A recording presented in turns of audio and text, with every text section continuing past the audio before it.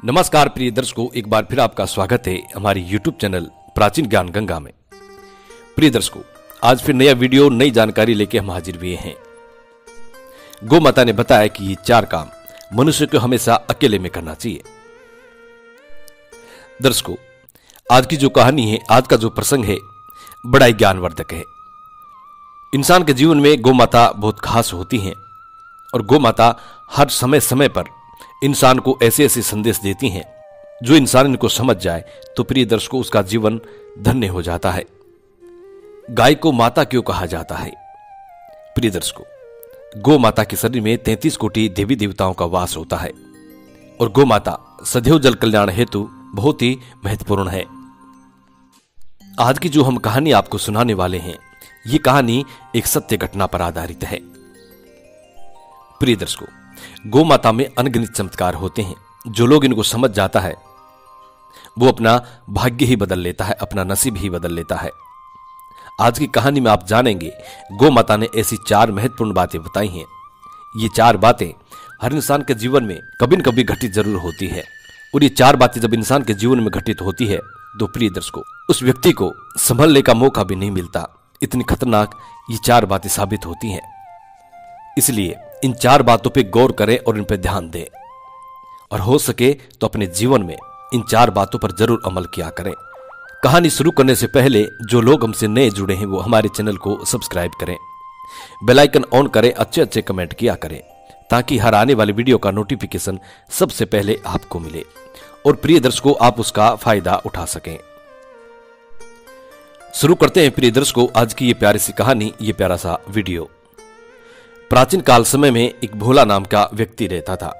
वो व्यक्ति सेठ लोगों की गायों को चरा के लाता था, उन गायों को जंगल में चराता और उन गायों की ग्वाली का जो पैसा मिलता उससे अपना जीवन व्यतीत करता, अपना परिवार चलाया करता था।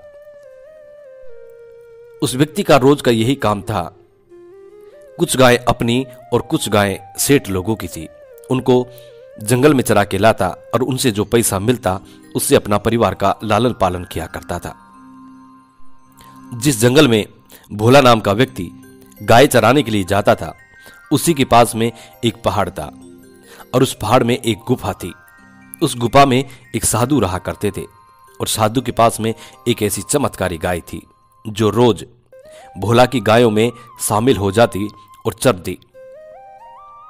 जो रोज भोला की गायों में शामिल हो जाती और सभी गायों के साथ चारा पानी खाने के बाद जब भोला शाम के वक्त अपनी गायों को घर लेके जाता तब रास्ते से वो गाय अलग होकर अपने रास्ते पे चली जाती।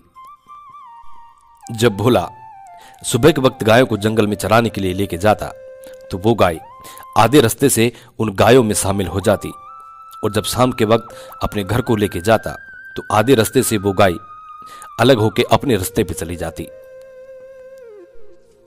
एक दिन भोला जंगल में अपनी गायों को संभालने लगता है, गिनती करने लगता है। जब भोला अपनी गायों की गिनती करता है तो वो पाता है कि एक गाय उनमें ज्यादा है। तब भोला सोचने लगता है कि मुझे जो पैसा मिलता है वो 99 गायों का मिलता है और यहां पे गाय गिनती में 100 आ रही हैं। तब भोला शाम के वक्त जिन लोगों की गायें थी उनके पास जाता है और वो कहता है कि मुझे जो पैसा मिलता है वो 99 गायों का मिलता है, लेकिन मैं जो चरा के लाता हूं वो पूरी 100 गाय हैं। भोला की इस बात को सुनने के बाद सभी सेठ लोग जिनकी गाय भोला चराता था, सभी सेठ लोग कहते हैं कि भोला, हमने जो गायें आपको चराने के लिए दे रखी हैं उन गायों का पैसा हम आपको देते हैं। तब भोला अपनी गायों को फिर से गिनती करता है तो भोला के पास में वही 99 गायें आती है। अब भोला सोचने लगता है कि जब जंगल में मैंने गाय गिनी थी उस वक्त पूरी 100 थी, लेकिन यहां पे 99 कैसे हैं? तब भोला सोचने लगता है कि हो सकता है किसी और की गाय होगी। भोला दूसरे दिन फिर से गायों को लेके जाता है और रास्ते से वही साधु की गाय उन गायों में शामिल हो जाती है और भोला जंगल में जाके फिर से गायों की गिनती करता है तो भोला को पूरी 100 गाय मिलती हैं। भोला काफी सोच में पड़ जाता है। फिर से शाम के वक्त जाके और अपने घर पे गायों की गिनती करता है तो वहां पे 99 गाय मिलती हैं। अब भोला उस गाय को पहचान लेता है कि ये गाय किसी अन्य की है और ये मेरी गायों में शामिल होकर चरने आती है। अब भोला तीसरे रोज एक अन्य व्यक्ति को अपने साथ लेके जाता है और उससे कहता है कि शाम के वक्त तुम सभी गायों को अपने घर ले आना और मैं किसी काम से जाके आऊंगा। प्रिय दर्शकों, जब शाम का वक्त होता है, सभी गायों को अपने घर की तरफ रवाना करते हैं, तब भोला उस गाय पे निगरानी रखता है और भोला उस गाय के पीछे पीछे चले जाता है। जब आधे रास्ते से वो गाय अपने रास्ते की तरफ मुड़ती है, तब भोला उस गाय के पीछे चला जाता है और वो अन्य व्यक्ति सभी गायों को लेकर अपने अपने घर आ जाते हैं। अब भोला उस गाय के पीछे पीछे एक पहाड़ की कंदरा में पहुंच जाता है। अब वो गाय एक पहाड़ में गुफा में चली जाती है। भोला भी उस गाय के पीछे पीछे पहाड़ की कंदरा में और गुफा में घुस जाता है। तब वो देखता है कि एक साधु तपस्या में लीन है और साधना में बैठा हुआ है। गाय वहां पे जाकर खड़ी हो जाती है। तब साधु अपनी साधना से खड़े होते हैं और गाय को बांध देते हैं और गाय का दूध निकालकर अपना भोजन पानी बनाने लग जाते हैं। प्रिय दर्शकों, जब वो गाय गोबर करती तो वो सोने का गोबर किया करती थी। साधु तुरंत जाता है और उस गाय के गोबर को उठा लेता है, उठा करके अपने धन भंडार में रख देता है। भोला इस सारी घटना को छुप करके देख रहा था। तभी भोला उस गाय के पास जाता है और गाय से कहता है कि गाय मां, मैं भी बहुत निर्धन हूं। दिन भर 99 गायों को चराता हूं, लेकिन उन सभी गायों को चराने में पर्याप्त इतना धन नहीं मिलता है जिससे मैं अपने परिवार का अच्छे से लालन पालन कर सकूं। तब वो गौ माता भोला से कहती है कि भोला, यदि तुम किसी से ना कहो तो मैं थोड़ी देर में गोबर करने वाली हूं, उस गोबर को उठाकर तुम अपने घर ले जाना। तब भोला कहता है कि गौ माता, गोबर से क्या होगा? गोबर तो 99 गाय मेरे पास हैं और वो रोज गोबर करती हैं। गोबर से मैं धनी कैसे बन सकता हूं? तब गौ माता कहती है कि भोला, मैं कोई साधारण गाय नहीं हूं, मैं एक चमत्कारी गाय हूं और जो मेरा गोबर होता है वो सोने का होता है। लेकिन इस बात को तुम अपने तक सीमित रखना, किसी को मत बताना। तब भोला कहता है कि ठीक है गौ माता। थोड़ी देर बाद में गौ माता गोबर करती है और भोला उस गोबर को उठाकर अपने घर ले आ जाता है। घर लाकर के देखता है तो पूरा गोबर सोने का बना हुआ था। अब भोला की गायों में रोज वो गाय चरने के लिए आती और दिन में एक बार गोबर किया करती। भोला उस गोबर को उठाकर अपने घर ले जाता। धीरे धीरे भोला धनी व्यक्ति बन जाता है। भोला के घर में अब किसी चीज की कमी नहीं रहती है। भोला ने अब सभी गायों को चराना भी बंद कर दिया।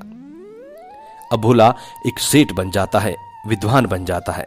लेकिन भोला रोज अपनी घरवाली को इस बात को बताया करता था, क्योंकि वो बुद्धि से भी बहुत भोला था, उसका नाम भी भोला था और वो दिमाग से और बुद्धि से भी बहुत भोला था। गोमाता ने जो बात उसको बताई थी कि किसी को बताना नहीं है, इस बात को भोला भूल जाता है और भोला अपनी घरवाली को वो सारी बातें बता देता है।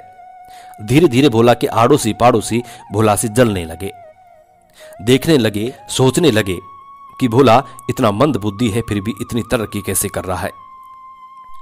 भोला को ऐसा कौन सा खजाना हाथ लग गया है जो इसने गाय चराना भी बंद कर दिया है। पहले तो ये गाय चराता था, उससे इसका परिवार का लालन पालन होता था, लेकिन अब तो इसने गायों को चराना भी बंद कर दिया है। दिन भर घर पे रहता है, मौज मारता है और दिन भर रात दुगनी दिन चौगुना बरकत होती जा रही है, तरक्की करता जा रहा है। ये देखकर भोला के आड़ोसी पाड़ोसी भोला से जलने लगे। अब भोला के आड़ोसी पाड़ोसी भोला की निगरानी करना शुरू कर देते हैं, किसके पास धन आता कहां से है, हो सकता है इसको अकस्मात कहीं से कोई खजाना हाथ लगा है। यही सोचकर भोला के आड़ोसी पाड़ोसी उस पर निगरानी करना शुरू कर देते हैं। जब भोला रोज गौमाता की पूजा किया करता था तो लोग उसको देखा करते थे और भोला जब भी भोजन करता तो सारे लोग उसको देखते। भोला जब भी अपनी पत्नी के साथ रात को विश्राम करता तब भी लोग उसको देखा करते थे। अब भोला की तरक्की का राज धीरे धीरे लोगों में एक चर्चा का विषय बन गया था। अब भोला को जो गाय माता गोबर देती थी, धीरे धीरे उस गाय माता ने भोला के पास आना बंद कर दिया और भोला को सोने का गोबर देना भी बंद कर दिया था। धीरे धीरे भोला का जो धन जुड़ा हुआ था वो धीरे धीरे खर्च होने लगा। धीरे धीरे एक समय ऐसा आया कि भोला बिल्कुल निर्धन हो जाता है। भोला के पास में कुछ नहीं बचता है। भोला रोड पे आ जाता है, गरीब हो जाता है, वापिस जो पहले था उस कंडीशन से भी ज्यादा गरीब हो जाता है। अब भोला एक दिन परेशान होकर उसी गोमाता के पास जाता है और गोमाता के चरणों में पड़कर रोने लगता है। तब गोमाता कहती है कि भोला, ये तुम्हारी करने का फल है। आज मैं तुम्हें एक ऐसी सलाह देती हूं, आज मैं तुम्हें एक ऐसी 4 बातें बताऊंगी। यदि इन बातों को तुम जीवन में याद करोगे और इन पर अमल करोगे तो कभी भी नहीं पछताओगे। तब भोला कहता है कि ठीक है गोमाता, आप मुझे वो 4 बातें बताइए, इनका मैं सख्ती से पालन करूंगा। तब गोमाता कहती है कि भोला, ये 4 काम व्यक्ति को हमेशा अकेले में करना चाहिए। पहली बात कि जब भी आप भगवान का भजन करें तो हमेशा अकेले में करना चाहिए। भगवान का भजन यदि आप लोगों के सामने करेंगे तो उसका श्रेय आपको नहीं मिलेगा, उनका श्रेय देखने वाले लोग ले जाते हैं। इसलिए भगवान का भजन जब भी करो अकेले में करो। भगवान की यदि आप कोई भी साधना करते हैं, कोई मंत्र सिद्ध करते हैं, किसी भी प्रकार की आप भक्ति करते हैं तो उसको अकेले में करना चाहिए, पर्दे में करना चाहिए। गोमाता और कहती है कि दूसरी बात गौर से सुनो, भोजन भी हमेशा अकेले में और पर्दे में करना चाहिए। भोजन को भी खुलेआम कभी नहीं करना चाहिए। यदि आप खुलेआम भोजन करते हैं तो सबसे पहले तो मां अन्नपूर्णा का अपमान होता है, दूसरा आपके भोजन का अपमान होता है। इसलिए भोजन को भी हमेशा अकेले में करना चाहिए। तीसरी बात गोमाता कहती है कि भोला, ये बड़ी काम की बात है, इसको गौर से सुनिएगा। गोमाता कहती है कि जब भी पति पत्नी रात्रि के समय विश्राम करते हैं तो वो पर्दे में होना चाहिए, अकेले में होना चाहिए। जो लोग खुलेआम हम बिस्तर करते हैं उन लोगों पर अकाल मृत्यु का भय हमेशा बना रहता है और निश्चय ही एक दिन उन लोगों की अकाल मृत्यु हो जाती है। चौथी बात और आखिरी बात गोमाता कहती है कि भोला, यह सबसे खास और सबसे महत्वपूर्ण बात है, इसको जीवन में हमेशा याद रखना। गोमाता कहती है कि अपनी कमाई का जरिया, अपनी आमदनी का जरिया किसी को नहीं बताना चाहिए, इसको भी हमेशा पर्दे में रखना चाहिए, अपने सीने में दफन रखना चाहिए। यदि आप अपनी कमाई का जरिया, अपनी आमदनी का जरिया अन्य किसी को बताते हैं तो एक दिन ऐसा आता है कि आपकी कमाई का जरिया खत्म हो जाता है और आपके हाथों से आपकी कमाई का जरिया निकल जाता है।